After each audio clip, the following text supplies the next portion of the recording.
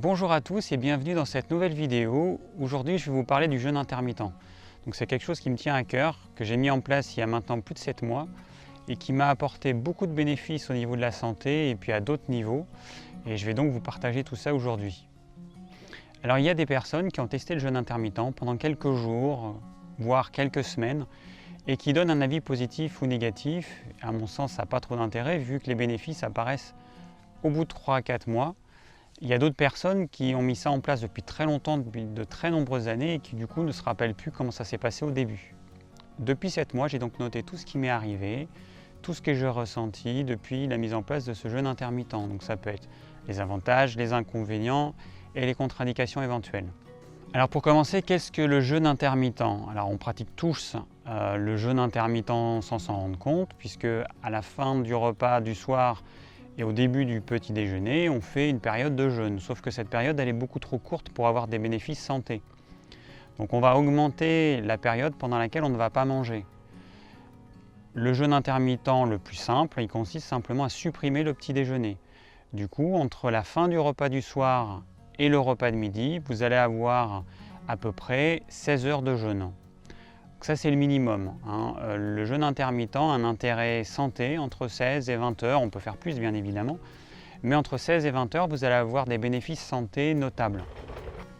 Le jeûne intermittent permet au corps de ne plus avoir besoin de manger tout le temps. Donc cette mauvaise habitude qui consiste à manger quasiment toutes les 2 à 3 heures affaiblit notre corps d'année en année. En mangeant moins souvent et en laissant au corps un temps de repos digestif suffisamment long, donc entre 16 et 20 heures, ça permet à mon corps de se renforcer. Il faut avoir à l'esprit que génétiquement, notre corps est fait pour vivre des alternances entre manger, jeûner. Il y a 100 000 ans, les êtres humains partaient la journée pour aller chasser, cueillir des baies et des racines. Et ce n'est que le soir qu'ils pouvaient profiter ou non d'un repas. Parfois la chasse avait été bonne et donc ils pouvaient avoir un repas copieux le soir, et puis d'autres fois ils revenaient un bredouille et puis le repas était soit léger soit inexistant. Au final il y avait une période courte durant laquelle ils mangeaient, et puis il y avait une période longue entre le sommeil et puis ensuite la période de chasse et de cueillette durant laquelle ils jeûnaient. L'être humain était programmé pour fonctionner de cette façon-là. Ce n'est en fait que très récemment que les choses ont complètement changé. Notre hygiène de vie s'est dégradée au point que les gens finissent par manger constamment. Je vous rappelle quand même que boire un soda, boire un jus de fruits, manger un grain de raisin, une amande, c'est manger, c'est un aliment que vous ingérez. Donc on va compter en fait le nombre de prises alimentaires que vous allez avoir par jour. Donc il y a le petit déjeuner, il y a souvent une collation à 10 heures, ensuite il y a le repas de midi, ensuite il y a un goûter, ensuite il y a le repas du soir, et puis entre tout ça il peut y avoir une boisson qui contient des calories, ça peut être de l'alcool, ça peut être un jus de fruits, un soda, il peut y avoir une pomme, il peut y avoir différents types de snacks, et à chaque fois que vous ingérez quelque chose, ça compte pour une prise alimentaire. Donc juste par curiosité, regardez dans une journée combien vous avez de prises alimentaires. Ça vous permettra de vous rendre compte que vous mangez déjà trop souvent. Donc il y a déjà la fréquence, on mange trop souvent, et puis il y a la quantité, on mange aussi trop. Alors, si ce n'était pas le cas, il n'y aurait pas une épidémie d'obésité à travers le monde et on n'aurait pas un Français sur 2 qui serait en surpoids. Parce qu'aujourd'hui, le surpoids, c'est vraiment une maladie généralisée. Combien de personnes ont le poids idéal, ont un poids idéal? Et on peut même plus dire le poids qu'on avait à 20 ans, parce qu'aujourd'hui les jeunes sont aussi en surpoids. Le grignotage qui consiste à manger un petit peu tout et n'importe quoi tout au long de la journée nous rend malades. Et ça c'est un luxe que les pays riches peuvent se payer, mais que les personnes qui vivent dans les pays pauvres n'ont pas. Dans ces pays-là, c'est généralement 1 ou 2 repas maximum par jour, et c'est souvent des repas qui sont super simples. C'est une céréale et éventuellement quelques racines, et puis ça se limite à ça. Donc en mangeant tout le temps, on affaiblit notre organisme qui du coup a perdu la faculté de ne pas sentir de mal-être si on ne lui apporte pas de la nourriture très régulièrement. C'est pas du tout normal. Alors il y a beaucoup de gens qui se sentent mal s'ils sautent leur petit déjeuner ou alors s'ils ne prennent pas un encas à 10 heures ou un encas à 16 heures. Si c'est votre cas, dites-vous que c'est absolument anormal. Ce n'est pas du tout normal que votre organisme ne soit pas capable de pouvoir tenir quelques heures sans que vous lui apportiez constamment des aliments. Surtout que si vous regardez votre poids, j'imagine que dans la majeure partie des cas, vous êtes en surpoids. Hein, il suffit de un petit peu, c'est pas très agréable, mais tâtez un petit peu votre ventre. Vous allez voir si ça fait, normalement, si c'était que la peau, ça devrait faire 2 mm. Hein, sauf que dans la majeure partie des cas, c'est 1 cm, 2 cm, plusieurs centimètres. Donc vous êtes en surpoids, vous avez des réserves et pourtant vous n'êtes pas capable de tenir quelques heures sans manger. Alors le jeûne intermittent, il peut être pratiqué pour différentes raisons.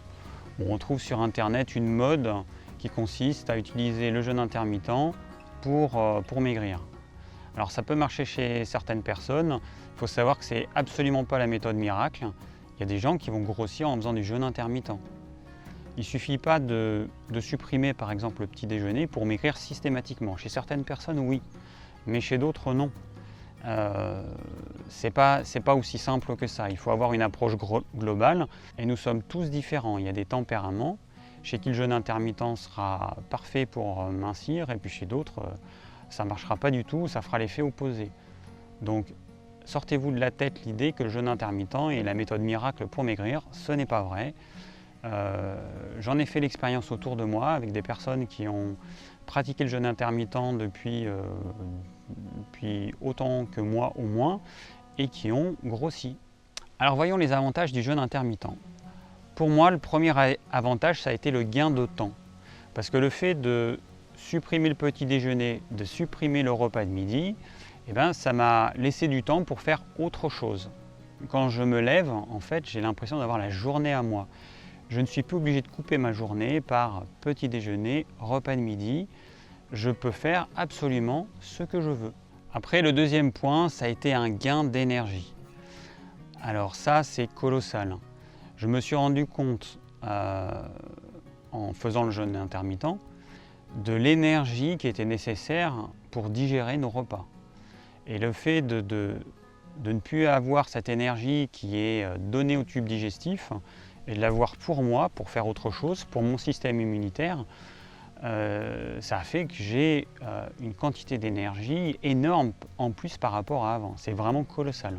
Je me sens vraiment plus en forme, je me sens moins fatigué. Même quand je manque de sommeil, je me sens moins fatigué, tout simplement parce que cette énergie qui était dévolue au tube digestif, elle va être utilisée par mes muscles, elle va être utilisée par tout le reste de mon corps. Alors le troisième point, ça va être une économie financière. Forcément, en mangeant moins, on va dépenser moins d'argent. Donc en ce qui me concerne, donc, je fais un gros repas par jour et forcément, il y a 2 repas qui sautent. Alors il y a des choses que je vais vous expliquer un petit peu après, comment je pratique mon jeûne intermittent. Mais en fait, c'est un repas principal et puis ensuite c'est un jus de légumes que je continue à prendre tous les jours et puis avec quelques fruits de saison. Le jeûne intermittent, moi si je l'ai pratiqué, c'était pour ses bénéfices santé. Et donc ça c'est vraiment c'est quelque chose que j'ai pu expérimenter. Donc ça fait 20 ans que j'ai la chance d'avoir la dyshydrose qui est une sorte d'eczéma qui peut toucher un petit peu toutes les parties du corps par plaques. Donc ça se présente sous forme de crises qui vont durer en moyenne 2 semaines. Et donc j'avais réussi à limiter les crises. Alors ce qui a beaucoup changé de choses, ça a été le jus de légumes, ça a été radical. Ça a vraiment diminué les crises, j'en avais juste quelques-unes par an. Et puis j'ai supprimé évidemment les produits laitiers au quotidien. J'en prends de temps en temps, mais les produits laitiers au quotidien, c'est fini. Et puis je mange essentiellement du riz comme céréales. Je mange finalement assez peu de céréales à gluten, très peu de pain. Et quand j'ai commencé le jeûne intermittent, je me suis remis à manger des fruits, chose que j'avais arrêtée parce que ça me déclenchait des crises d'eczéma. Donc je me suis remis à manger des fruits puisque je romps mon jeûne par des fruits. Et normalement, j'aurais dû avoir beaucoup d'eczéma. ce qui n'a pas été le cas. Et donc ça fait 7 mois que je mange des fruits quasiment tous les jours et je n'ai pas d'eczéma. Et pour moi, cet eczéma, c'est un signal d'alarme qui me dit qu'il y a quelque chose qui ne va pas. Quand je fais quelque chose qui ne va pas, j'ai donc cette crise d'eczéma. Et le fait de ne pas l'avoir, ça me montre que le jeûne intermittent est bénéfique. Donc pour moi, ça a été bénéfique au niveau de la peau. Pour d'autres personnes, ça va être une diminution des douleurs articulaires. Pour d'autres, ça va être une diminution, une disparition des allergies. Donc notamment, en ce moment, on est au mois d'avril, donc c'est le printemps et donc on a tous les pollens qui sont là. Donc les allergiques souffrent énormément. Et le jeûne intermittent permet réellement de diminuer ou de supprimer les allergies. Un des points qui m'a motivé à pratiquer le jeûne intermittent, c'est le fait que ça permet de mieux assimiler ce qu'on mange. Alors, vous pouvez dire, ouais, bon, c'est quoi l'intérêt? L'intérêt, c'est que en mangeant moins, je vais être capable d'assimiler mieux. Il faut savoir qu'aujourd'hui, quand vous mangez un repas, on estime que vous n'allez assimiler que 20% de ce repas. Ça veut dire que vous allez dépenser de l'énergie pour digérer votre repas, mais au final, vous n'allez pouvoir extraire que 20% de ce que vous aurez digéré. Donc en fait, vous allez gaspiller votre énergie. Le rendement de votre digestion, il est dérisoire. En mangeant moins, vous allez être capable d'assimiler plus. Du coup, vous allez dépenser moins d'énergie pour digérer, mais vous allez assimiler mieux. Au final, qu'est-ce que ça fait? Ça fait que vous aurez plus d'énergie pour faire vos tâches quotidiennes, vous serez plus en forme et puis vous allez arrêter de gaspiller cette énergie. Il faut savoir que cette énergie que vous utilisez, elle ne tombe pas du ciel et que pour pouvoir transformer vos aliments en énergie, ça va vous coûter en nutriments, ça va vous coûter en vitamines, en minéraux et en vitalité parce que vous allez user vos cellules à utiliser trop d'énergie, vous allez user vos cellules qui vont devoir se renouveler, qui vont vous faire perdre de la vitalité. Pour que vous compreniez bien, sachez que quand vous naissez, vous avez une certaine quantité de vitalité qui vous est acquise. Cette vitalité, elle va dépendre les uns des autres. Il y en a qui vont avoir à la naissance une petite vitalité, et puis il y en a d'autres qui vont naître avec une grosse vitalité. Cette vitalité, il faut savoir que chaque fois que vous renouvelez une cellule de votre corps, il y a une petite parcelle de cette vitalité qui va être utilisée pour chaque cellule. C'est de la vie en fait. Pour que vos cellules soient vivantes, elles ont besoin d'une étincelle de vie. Et donc cette étincelle de vie, elle va être puisée dans la réserve que vous avez au départ. Donc du coup, chaque fois que vous renouvelez vos cellules, il y a un petit peu de vie qui va être transmise à chaque cellule et donc qui va faire que votre réserve va diminuer. Cette vitalité va également être utilisée pour fabriquer les enzymes qui vous servent à digérer. Donc en résumé, plus vous allez solliciter votre tube digestif, plus vous allez puiser dans cette réserve de vie qui diminue, plus vous avancez en âge. Votre tube digestif, plus vous allez le solliciter, plus les cellules du tube digestif vont s'user, et donc plus elles vont devoir se renouveler rapidement. Moins vous mangez, moins vous allez solliciter votre tube digestif, et du coup les cellules du tube digestif vont se renouveler plus lentement. Et il faut savoir qu'au niveau digestif, vous avez les 2/3 de vos cellules immunitaires qui se trouvent là. Donc de la même façon, plus vous allez manger, plus vous allez solliciter les cellules immunitaires qui vont devoir se renouveler plus souvent. Et en mangeant moins, vous aurez l'effet inverse. Donc ça, c'est un intérêt colossal du jeûne intermittent, c'est que vous allez moins vous user, vous allez moins vieillir et vous allez conserver votre énergie. Ça, c'est capital. Toute personne qui pratique le jeûne intermittent va pouvoir en faire l'expérience. Elle aura plus d'énergie, mais également, on peut voir au niveau du visage le teint qui s'éclaircit, on peut voir des rides qui disparaissent, des petites rides qui disparaissent, et on peut voir également des cheveux blancs qui disparaissent, on a moins de cheveux blancs. En fait, le jeûne intermittent permet d'enrayer le processus de vieillissement qui, une fois qu'il commence, si on ne change pas ses habitudes de vie, il ne fait que s'accélérer. Autre point positif, on a un sentiment de puissance quand on fait le jeûne intermittent, un petit peu comme un sportif qui a fait un exploit extraordinaire. Là, en fait, le fait d'être capable de ne pas manger toute une journée sans tourner de l'œil, sans être malade, et puis au contraire d'être bien avec toute son énergie, ben, ça nous amène un sentiment de puissance colossal. On est capable de faire quelque chose que beaucoup de gens ne sont pas capables de faire quand on est en vacances. Ça, c'est génial parce que vous avez plus de temps pour faire les visites, vous avez plus de temps pour faire ce que vous faites en vacances. Vous n'êtes pas obligé de prendre un petit déjeuner, un repas de midi. En sautant le petit déjeuner, vous pouvez partir plus tôt, aller faire des visites. En sautant le repas de midi, vous n'avez pas une coupure en début d'après-midi. Et puis surtout, vous n'avez pas le coup de barre qui vient souvent après le repas de midi et qui vous casse un petit peu dans votre élan. Donc ça, c'est génial. Vous n'avez juste qu'à vous soucier du repas du soir. À la limite, prévoyez quelques fruits en fin d'après-midi et puis c'est tout. Donc il y a un gain de temps et puis il y a également un gain d'argent. En sautant le petit déjeuner et le repas de midi, forcément, vous allez dépenser moins en vacances. Souvent, la nourriture en vacances coûte cher. Donc c'est un gain d'argent énorme. Alors voyons maintenant quels sont les inconvénients, parce qu'il y en a forcément, ce n'est pas une méthode, c'est pas quelque chose de miraculeux. Ça apporte des effets qui peuvent être miraculeux chez certaines personnes qui ont des problèmes de santé, mais rien n'est miraculeux dans la vie. Alors au début, forcément, il y a une période d'adaptation. Il y a une période durant laquelle on peut avoir des problèmes de concentration. Moi, je me rappelle qu'au début, quand je prenais la voiture vers 13 h, je me rendais compte que j'arrivais à moins me concentrer, que mes réflexes étaient légèrement moindres. Je me sentais un petit peu comme dans du coton. Donc ça a été comme ça pendant 2 mois, pendant 2-3 mois. Et puis après, mon corps il s'est adapté. Il faut voir ça comme un sportif qui s'entraîne tous les jours pour courir plus vite. Là, c'est pareil en fait. On va entraîner notre corps à être capable de ne pas lui donner à manger tout le temps. Forcément, si pendant 20 ans, 30 ans, 40 ans, 50 ans, 60 ans, vous avez pris 3, 4, 5, 6 prises alimentaires par jour, du jour au lendemain, si vous retirez ça à votre corps, forcément, il ne va pas comprendre. Donc c'est normal qu'il y ait cette période d'adaptation.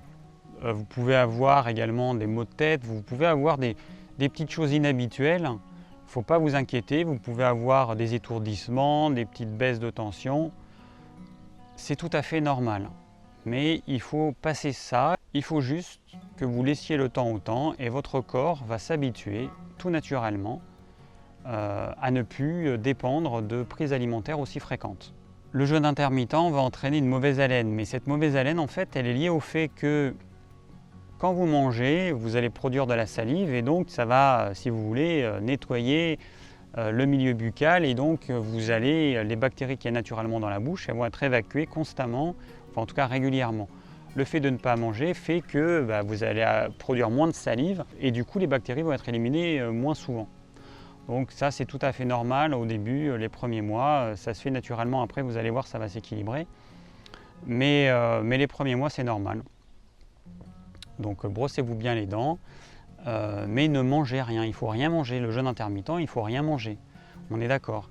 Donc vous brossez les dents, vous pouvez vous rincer la bouche avec de l'eau, ce que vous voulez, mais il ne faut pas manger, pas de chewing-gum, rien. Ni de chewing-gum sans sucre, c'est une vraie cochonnerie pour le corps. Vous ne mangez rien du tout. Il faut prendre ni chewing-gum, ni pastilles, qu'elles soient avec ou sans sucre, ça ne change rien. Ça reste une prise alimentaire, ce sera considéré comme un aliment pour le corps. Vous pouvez juste prendre une goutte d'huile essentielle de citron ou de menthe pour vous rafraîchir la laine et ça fonctionne très bien et donc ce ne sera pas considéré comme un aliment pour votre corps. Au début, ce qui va se passer, c'est que vous allez manger plus, vous allez faire des repas plus copieux. Du coup, vous allez avoir du mal à digérer ces repas et forcément vous allez avoir des gaz et des ballonnements. Encore une fois, c'est tout à fait normal. Il faut 3 à 4 mois pour que votre corps s'habitue à ça. C'est-à-dire qu'il faut qu'il soit capable de digérer des plus gros repas dans un premier temps. Et puis après, il va apprendre à mieux assimiler les repas parce qu'en fait, vous allez créer une espèce de stress à votre corps. Le stress qui consiste à diminuer le nombre de prises alimentaires et votre corps il va être obligé de mieux assimiler en fait. Vous allez obliger votre corps à mieux assimiler vos repas. Mais ça prend du temps, 3-4 mois à peu près. Et donc une fois que cette phase sera passée, vous n'aurez plus besoin de prendre des repas aussi copieux et du coup vous digérerez, vous assimilerez mieux vos repas. Donc vous diminuerez la taille de vos repas qui seront mieux assimilés et du coup vous n'aurez aucun désagrément de type gaz ou ballonnement. Vous pouvez avoir également les gencives qui saignent. Les premiers mois, on peut avoir les gencives qui saignent. Bon, il y a un déséquilibre dans le corps parce que vous l'entraînez à quelque chose qu'il n'a pas l'habitude de faire. C'est normal, ça fait partie des petits désagréments qu'on peut avoir. Alors le jeûne intermittent, je le déconseille aux boulimiques et aux personnes qui sont sujettes aux troubles alimentaires. Parce que ce qui va se passer, c'est que quand vous allez, par exemple, supprimer le petit déjeuner et ou le repas de midi, et bien quand vous allez remanger, vous allez avoir super faim. Au début, vous allez avoir extrêmement faim. Et ça peut vous déclencher des crises de boulimie. Et moi, je me suis rendu compte qu'en faisant un jeûne intermittent de 1 repas par jour, ce qui est un peu excessif, j'aurais dû commencer par d'abord supprimer le petit déjeuner, et puis j'aurais dû attendre par exemple 2-3 mois, et puis ensuite j'aurais dû décaler mon repas de midi petit à petit pour finalement faire un seul repas. Bon, j'ai pas fait comme ça, donc du coup ça a été plus dur pour moi. Et quand je mangeais mes fruits, j'avais l'impression de ne pas avoir mangé pendant des jours. Et ensuite, pour le repas du soir, c'est pareil. Au début, je mangeais un repas, mais qui était gargantuesque. Donc forcément, j'avais des difficultés à digérer. Alors mes conseils en ce qui concerne le jeûne intermittent, le mieux, en fait, c'est de rester actif pendant toute la période où vous êtes à jeun. Si vous supprimez que le repas du petit déjeuner, bon, généralement, c'est pas très compliqué. Vous allez faire votre tâche dans la matinée. Et puis ça passe assez vite. Mais si vous supprimez petit déjeuner et repas de midi, vous risquez de trouver le temps long et puis vous allez avoir une sensation de faim. Et du coup, si vous ne faites rien, ça va vous taper sur le ciboulot et vous aurez envie de manger. Donc restez actif. C'est ce qui permet de faire en sorte que les heures passent plus vite. Alors autre chose importante, il faut dormir suffisamment. Parce que si vous ne dormez pas suffisamment, la gréline, qui est l'hormone de la faim, va augmenter, le taux de gréline va augmenter, et puis la leptine, qui est l'hormone de la satiété, va diminuer. Donc du coup, vous aurez tendance à avoir plus faim qu'à l'accoutumée. Donc dormez suffisamment, c'est vraiment quelque chose de très très important, en général de toute façon, et puis d'autant plus si vous pratiquez le jeûne intermittent. Alors donc je l'ai évoqué un petit peu, donc ma pratique du jeûne intermittent, comment est-ce que je fais ? Je fais un jeûne de 18-20 heures à peu près. Ça veut dire que je ne vais pas manger pendant 18 à 20 heures. Et puis surtout, je ne suis pas strict. Je ne vais pas impérativement m'imposer de faire un jeûne de 18 ou de faire un jeûne de 20 heures tous les jours. Parce qu'il y a des jours où j'aurai envie de manger un petit peu plus tôt. Et peut-être qu'il y aura des jours où j'aurai envie de manger un petit peu plus tard. Donc il faut vraiment rester souple. Il faut être à l'écoute de son corps. Ça, c'est très très important.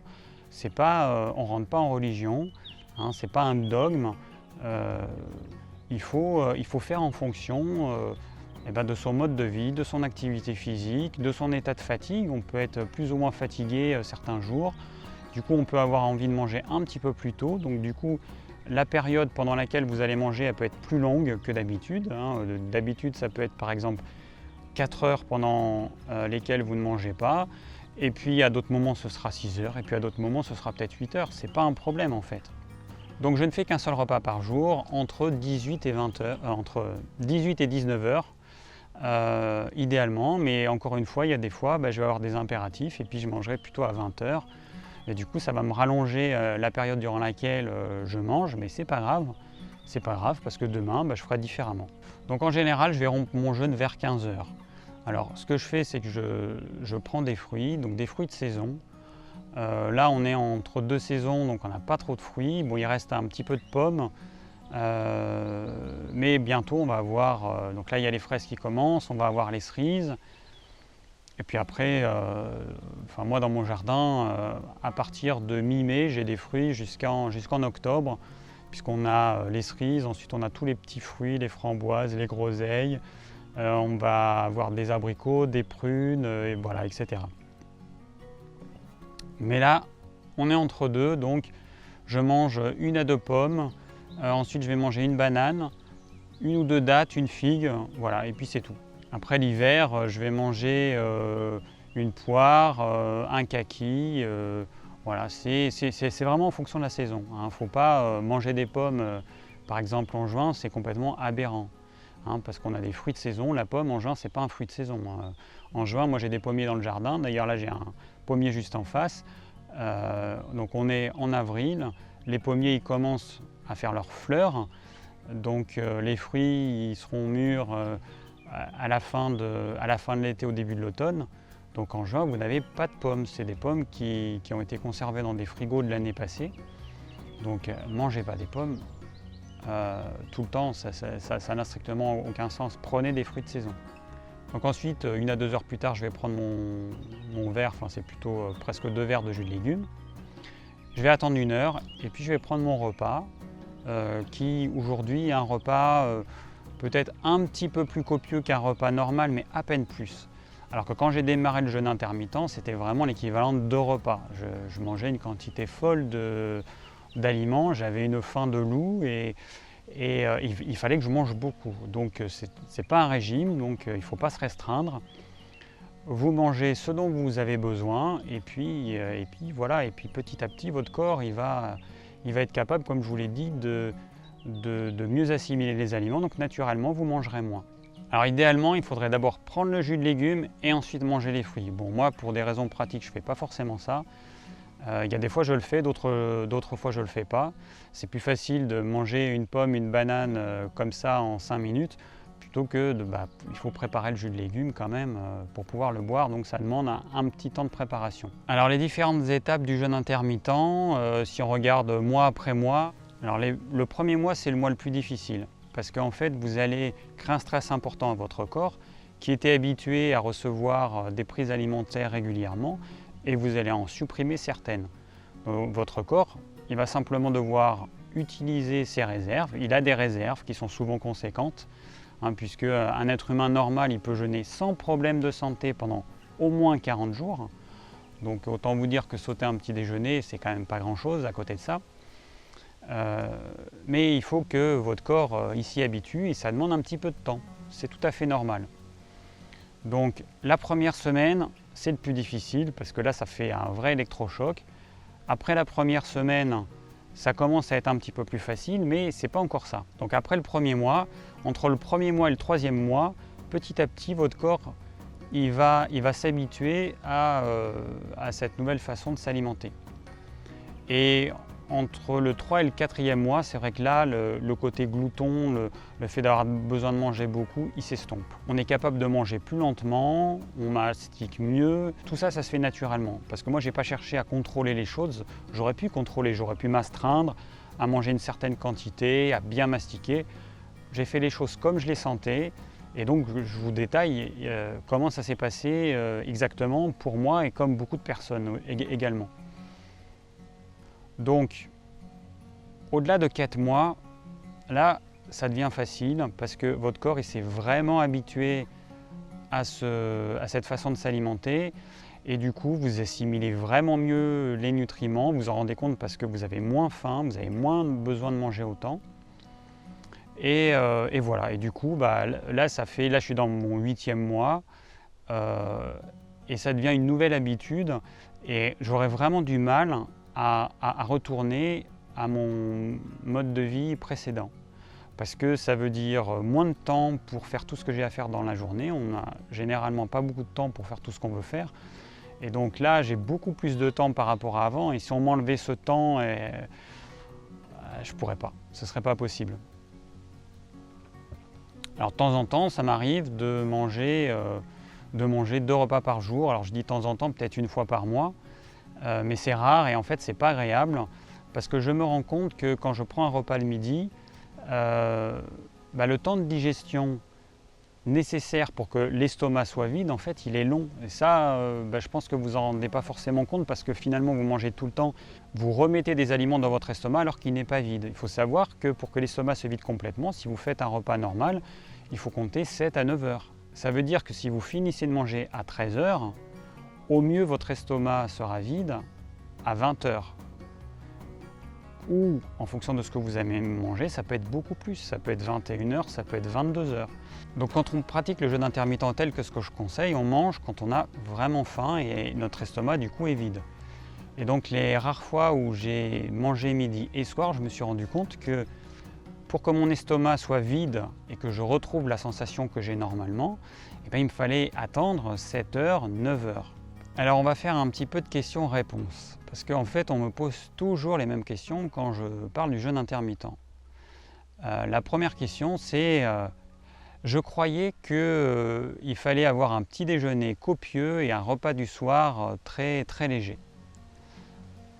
Alors il y a plein de croyances qui vont dépendre de certaines théories, hein. Ça dépend de ce que vous voulez faire, de ce que vous voulez mettre en avant.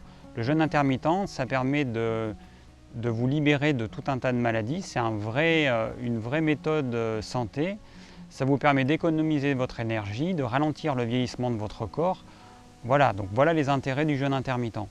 Alors il faut avoir conscience qu'il y a beaucoup de choses qui sont fausses. Par exemple, pendant 60 ans, les gens ont cru que c'était le gras qui les faisait grossir. Aujourd'hui, on sait que ce n'est pas le gras, on sait que ce sont les sucres, ce sont les glucides qui ont créé cette épidémie d'obésité. Parce que parallèlement à cette chasse au gras, il y a eu les produits allégés qui sont apparus, que les industriels ont créés, et puis justement les industriels ont fait en sorte qu'on croit que le méchant était le gras. Du coup, ils ont pu produire des produits allégés la plupart du temps en gras, et ils ont remplacé le gras par du sucre. Donc voilà, donc un exemple de croyance que le gras était quelque chose qui était responsable de l'épidémie d'obésité, c'est faux. Donc ce qu'il faut savoir, c'est que pour ce qui est du repas du soir, c'est clair qu'il est préférable de manger vers 19 h si on se couche à 23 h. Ça laisse un petit temps de prédigestion, parce qu'il ne faut pas oublier que votre estomac de toute façon ne sera vide qu'au bout de 7 à 9 heures après votre repas du soir. Donc du coup, si vous voulez vous coucher avec un estomac vide, il va falloir vous coucher vers 3-4 heures du matin. Par contre, ce qui va faire la différence, ça va être ce que vous mangez. Si vous mangez des choses qui sont indigestes, qui se digèrent très mal les unes avec les autres, forcément vous allez avoir une indigestion et vous allez avoir des difficultés à dormir. Par exemple, si vous prenez un dessert à la fin de votre repas, forcément vous allez créer une indigestion qui va vous poser des problèmes, vous allez avoir des remontées acides, vous allez avoir une digestion longue et laborieuse. Donc le problème, ce n'est pas forcément la quantité de ce que vous allez manger le soir, mais c'est plus la qualité et les compatibilités alimentaires des aliments les uns avec les autres. Pour ce qui est du petit déjeuner, faut-il prendre un petit déjeuner ou pas? Alors il y en a qui vont vous dire oui, il faut prendre un petit déjeuner parce que c'est super important, parce que l'énergie qui va être que vous allez apporter dans votre petit déjeuner, vous allez l'utiliser. Bon, ça c'est de la théorie. Dans la pratique, c'est pas comme ça que ça fonctionne. Parce que la plupart des gens prennent un petit déjeuner sucré. Donc ce petit déjeuner sucré, le corps, il va le stocker parce que c'est impossible de pouvoir consommer tout ce sucre aussi rapidement parce que ce sont des sucres rapides. Hein, sauf exception, mais la majorité des gens prennent au petit déjeuner des céréales soufflées, des choses sucrées, donc des sucres rapides, des biscottes qui est l'équivalent d'un sucre rapide, de la baguette blanche, du pain blanc, ce sont des sucres rapides. Donc tout ça va faire augmenter votre taux de sucre dans le sang très rapidement et votre corps il va devoir faire baisser ce taux de sucre très rapidement et qu'est-ce qu'il va faire? Il va transformer le sucre en gras. Donc si vous prenez un petit déjeuner, de toute façon, vous ne serez pas capable de pouvoir utiliser toute l'énergie qui est apportée par ce repas. Il faut savoir que le matin, le taux de cortisol, qui est l'hormone du stress, est au maximum. Et cette hormone du stress va être antagoniste à une bonne digestion. Pour pouvoir bien digérer, il faut être dans un état de calme, de repos, de détente. Et si vous êtes en pleine activité ou en état de stress, ce que va engendrer un taux de cortisol élevé, eh bien vous digérez moins bien. C'est pareil pour le repas de midi. Le problème du repas de midi, c'est que si vous êtes en activité, du coup, après votre repas de midi, vous devez aller travailler et donc du coup, vous allez peut-être être en état de stress, vous allez devoir bouger et du coup, votre digestion, elle va forcément moins bien se faire puisqu'une partie de l'énergie qui est envoyée au tube digestif, elle va être envoyée au cœur, aux muscles Et du coup, votre système digestif aura moins d'énergie pour pouvoir avoir une digestion normale. Au sujet des petits déjeuners, il y a des personnes qui m'ont dit mais si je ne prends pas d'énergie, comment je vais avoir mon énergie dans la matinée? Alors déjà, si les gens prennent un petit déjeuner classique à la française, ce qu'ils vont avoir, ce n'est pas de l'énergie, c'est des coups de pompe, puisqu'en fait, le fait de prendre un petit déjeuner sucré va amener un taux de sucre qui va monter très vite dans le sang, et puis le corps forcément il va rééquilibrer ça, puisque le taux de sucre il doit rester stable dans le sang, donc il va faire descendre ce taux de sucre, sauf que on n'est pas habitué, notre organisme n'est pas fait pour manger des choses aussi sucrées. Donc il va produire trop d'insuline. Il va y avoir une décharge d'insuline qui va faire baisser trop le taux de sucre dans le sang. Donc on va se retrouver en hypoglycémie, d'où les coups de pompe. Ensuite, pour lutter contre cette hypoglycémie, le corps va envoyer une petite décharge d'adrénaline qui va refaire monter le taux de sucre. Et on va avoir continuellement des hypoglycémies réactionnelles comme ça, avec des coups de pompe qui vont généralement faire entraîner chez la personne la prise d'un aliment sucré pour refaire monter le taux de sucre, ce qui va entraîner des hyperglycémies, des hypoglycémies réactionnelles, hyperglycémie, hypoglycémie réactionnelle, etc. Et franchement, c'est tellement agréable de ne plus avoir ces coups de pompe, d'avoir une énergie qui est stable tout au long de la journée. Je vous recommande d'en faire l'expérience parce que c'est vraiment génial en fait. Quand on a été habitué toute sa vie à avoir une énergie en dents de scie avec j'ai de l'énergie, puis j'en ai plus, et puis je prends un café pour avoir de l'énergie, enfin pour stimuler mon corps à envoyer de l'énergie que déjà je n'ai pas, ce qui au final épuise le corps. Et puis on va gagner du temps également, on va gagner de l'énergie, on va gagner du temps parce qu'on n'a plus besoin de prendre de petit déjeuner, donc on peut dormir un petit peu plus tard. Et ça c'est vraiment top. Alors il y a des personnes qui me disent moi si je saute mon petit déjeuner je suis bon à rien. Alors si c'est votre cas, méfiance, ça veut dire qu'il y a quelque chose qui ne va pas. C'est pas du tout normal de ne pas être capable de sauter un repas. Donc si c'est votre cas, attention, vous n'êtes pas en bonne santé. Il faut voir ça comme un signal d'alarme. Votre corps vous envoie des signaux d'alarme régulièrement. Après c'est à vous d'en tenir compte ou pas. Moi, je vous recommande de muscler votre organisme afin qu'il soit capable petit à petit de ne pas être obligé de dépendre d'un petit déjeuner qui généralement de toute façon est très déséquilibré parce qu'en fait, ce que vous prenez le matin, c'est du sucre. Pour information, on sait aujourd'hui que le sucre entraîne un vieillissement prématuré de l'organisme et notamment du cerveau. Autre question, a-t-on besoin de manger 3 repas par jour? Alors la réponse est non, c'est un luxe des pays riches, mais c'est pas un besoin physiologique. On n'a pas besoin de prendre 3 repas ou plus par jour. Et en faisant cela, en fait, on mange alors que notre estomac n'est pas vide. C'est un petit peu comme si vous amusiez à faire cuire des pâtes. Voilà, vous faites cuire des pâtes, vous mettez vos pâtes dans l'eau. Les pâtes, on va dire que ça doit cuire, supposons que ça cuise une demi-heure. Vous mettez des pâtes qui doivent cuire une demi-heure. Et puis, donc vous mettez vos pâtes, et puis 5 minutes après, vous rajoutez des pâtes crues. Et puis 5 minutes après, vous rajoutez encore des pâtes crues. Et bien maintenant, si vous voulez faire en sorte que vos pâtes, votre casserole de pâtes soit cuite, vous faites comment? Si vous cuisez 30 minutes, les dernières pâtes que vous aurez mises ne seront pas crues, ne seront pas cuites. Et puis celles que vous avez mises encore avant ne seront pas encore complètement cuites. Au final, vous aurez soit des pâtes trop cuites, soit des pâtes pas assez cuites, mais vous n'aurez jamais un plat de pâtes parfaitement cuites, c'est impossible. Et ce que vous faites dans votre estomac, c'est pareil. C'est que votre estomac, en fait, il est en train de digérer, c'est une sorte de cuisson, en fait, la digestion.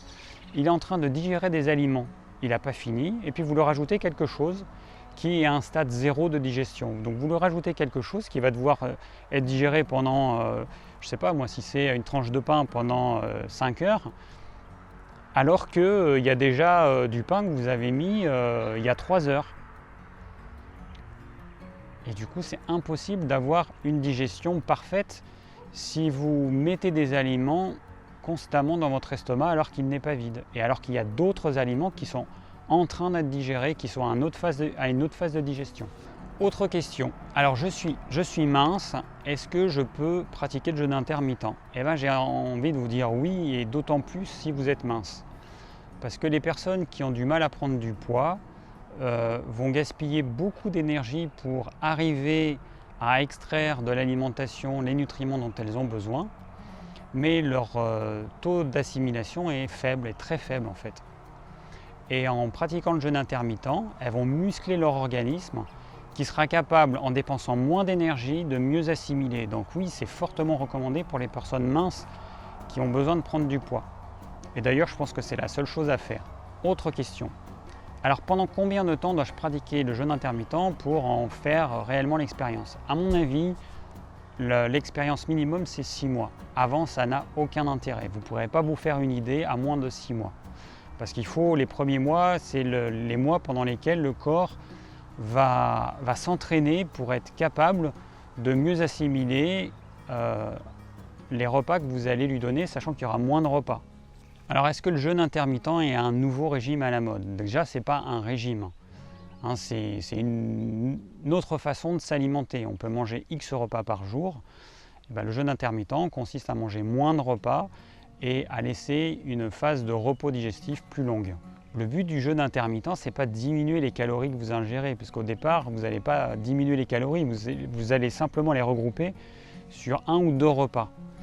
Le but du jeûne intermittent, c'est d'habituer votre corps, d'entraîner votre corps à manger moins et moins souvent, et du coup, votre corps, avec l'entraînement, va mieux assimiler ce que vous allez lui donner, ce que vous allez ingérer. À terme, avec le jeûne intermittent, vous mangerez moins, mais vous assimilerez plus. Donc au final, vous atteindrez un certain équilibre. C'est pour ça que ce n'est pas un régime. Et quelqu'un qui va pratiquer le jeûne intermittent pendant longtemps, par exemple, on va dire pendant 1 an, s'il se remet à manger comme avant, à manger X repas par jour, il y a des fortes chances qu'il grossisse. Alors pour finir, je vais vous parler de mon repas du soir, mon repas type. Donc je commence toujours par une crudité sous la forme de salade parce que c'est ce qui est le plus facile à digérer. Les carottes râpées, c'est vrai que c'est bon, mais ça reste quand même plus difficile à digérer. Donc tout type de feuilles, ça peut être des feuilles de salade verte forcément, des feuilles de moutarde, des feuilles de blettes, voilà, tout type de feuilles que je vais manger avec des graines germées, des olives. Je vais me faire une petite sauce avec différentes huiles, de l'huile d'olive, de l'huile de colza bio, de l'huile de tournesol bio, de l'huile de cartame bio, etc. De l'huile de noix aussi, avec un petit peu de tamari. Donc pour ceux qui ne connaissent pas le tamari, c'est une sauce de soja qu'on trouve dans les magasins bio.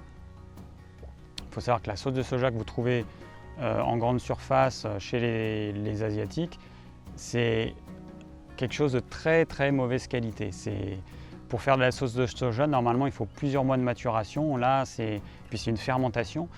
Là, c'est quelque chose qui est fait rapidement. C'est vraiment à éviter. Donc le tamari, c'est une bonne sauce de soja qu'on trouve en magasin bio.